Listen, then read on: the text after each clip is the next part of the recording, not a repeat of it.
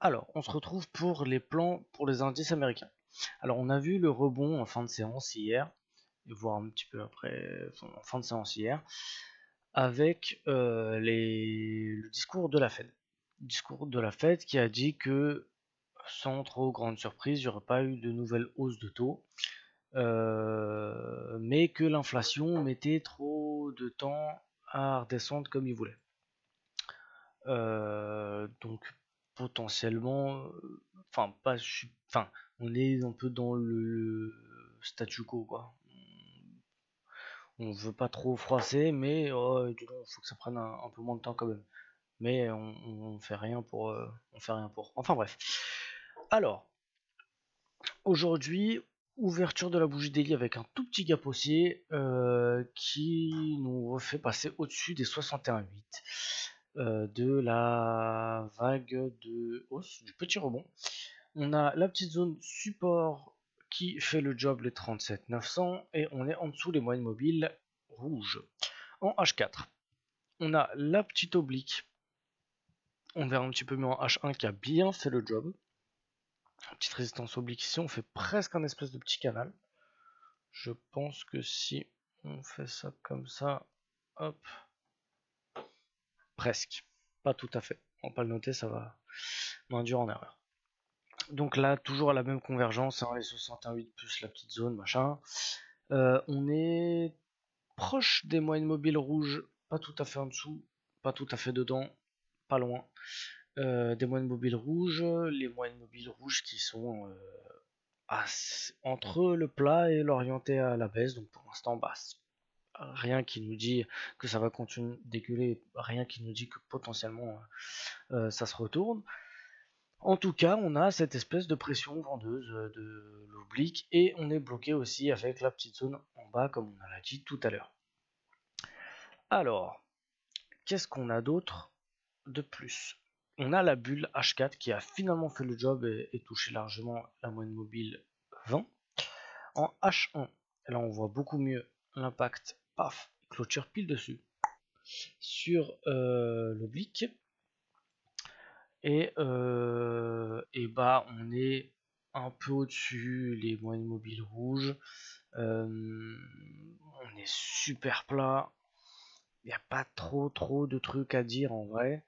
On a fait quand même un espèce de plus bas plus haut que le précédent, mais on n'a pas encore fait de plus haut.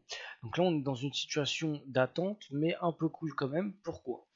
Parce que en cas de retournement, c'est logique que le plus haut casse l'oblique. Donc il n'y aura pas d'espèce de faux signal entre guillemets de retournement. On ne pourra pas se faire niquer en fait avec un faux signal de retournement parce que il confirme deux choses. Un, on fait un nouveau plus haut. Deux, on pète l'oblique. Donc plutôt cool. Par contre, va falloir être un petit peu patient quand même, dans le sens où on n'est pas il a quand même 200, 300 points à faire. 300 points à faire. Alors, les plans. On pète les plus hauts. Voilà, on va chercher les 38 800 et puis plus tard les plus hauts historiques. Un léger rebond.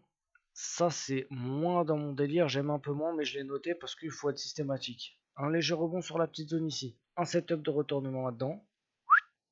On a vu qu'elle a fait 1, 2, 3, 4, 5, 6 points de contact. C'est suffisant pour se dire si jamais on rebondit et qu'on a un setup, statistiquement parlant, j'ai plus de chances que ça se retourne à cet endroit-là qu'ailleurs. Et puis on n'aura pas encore cassé l'oblique, donc techniquement pas encore de vrai retournement, même si peut-être que les moyennes mobiles en H1 se croiseront à ce moment-là. Sinon, et bah en dessous les 50% de Fibo, on repasse nettement en dessous des MM. Pourquoi pas shorter jusqu'à la petite zone des 37 900. En dessous les 37 900, ça j'ai oublié de le noter, en dessous des 37 900, ça c'est logique, on short. Si on finit enfin par péter cette zone, on va chercher 37 450. Donc voilà, prudence. En pour le Nasdaq. Pour le Nasdaq, alors, tac tac tac, toujours la fausse cassure de la zone, hein, ça on connaît, sous les MM qui sont rouges, et voilà, la convergence de la zone avec échec de 61,8. En H4, là on a un truc quand même un petit peu plus intéressant et tricky en même temps. On a un espèce de pullback sur le bas de canal cassé. Donc, et avec le petit support des 17 500 qui tient. Donc on a un truc un peu intéressant dans le sens où on voit qu'il y a un petit rebond, mais là il y a potentiellement un obstacle déjà, on est déjà potentiellement sur un obstacle. Donc on va voir que si on pète l'obstacle sur le Nasdaq, ça nous donne peut-être un petit peu plus de poids sur la suite des événements sur le Dow Jones, à savoir potentiellement un rebond un peu plus fort. On va pas mélanger les deux indices, on a vu que dernièrement ils étaient plutôt pas mal décorrélés, donc on va pas tirer de conclusion hâtive, mais c'est quand même très intéressant. On est déjà sur une zone d'obstacle.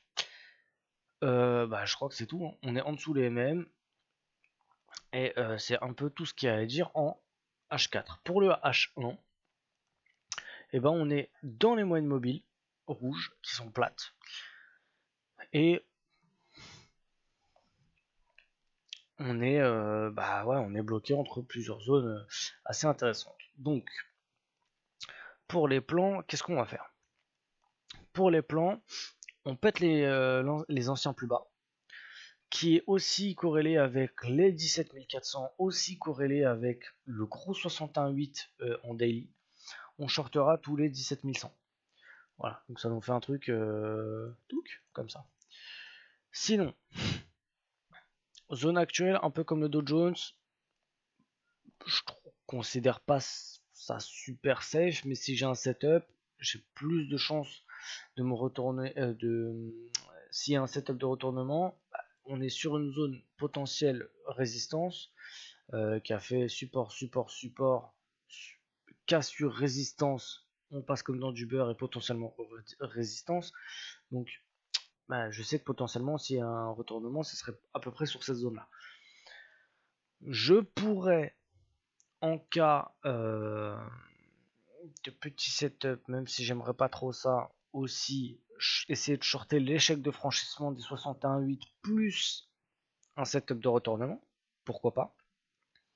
Et puis si on passe au-dessus des 61,8, et là vous connaissez la chanson, on va chercher l'espèce de maintenant haut de range et anciennement bas de range depuis le début de l'année, et voilà. En termes de contexte, on n'a pas d'autres, on n'a pas de restrictions déjà, et à part la news à 14h30 sur les inscriptions du chômage aux États-Unis, on n'a rien d'autre, sachant que ça ne nous intéresse pas vraiment parce que on n'est jamais en position à ce moment-là parce qu'on attend l'ouverture des marchés américains. Donc, pour ceux qui tradent avant 15h30, faites attention, il y a les inscriptions au chômage. Pour ceux qui attendent l'Open US, ça ne nous change pas grand-chose, à part que peut-être les inscriptions au chômage seraient plutôt curieux que ça arrive, mais pourquoi pas. Qui change complètement, qui est une grosse news, un numéro, un chiffre clé qui sort à ce moment-là et qui dégueule de 400 points ou qui nous prenne 400 points en ligne droite et que ça change un petit peu la tête de nos plans. À ce moment-là, on avisera, mais c'est très peu de chance pour que ça arrive, mais ne fermons pas la porte. C'est tout pour les plans. On a parlé du contexte, voilà. Bon, je vous souhaite une très bonne journée de trading. Ciao, bye bye, et à ce soir pour le débrief si j'ai pris un trade. Salut à tous.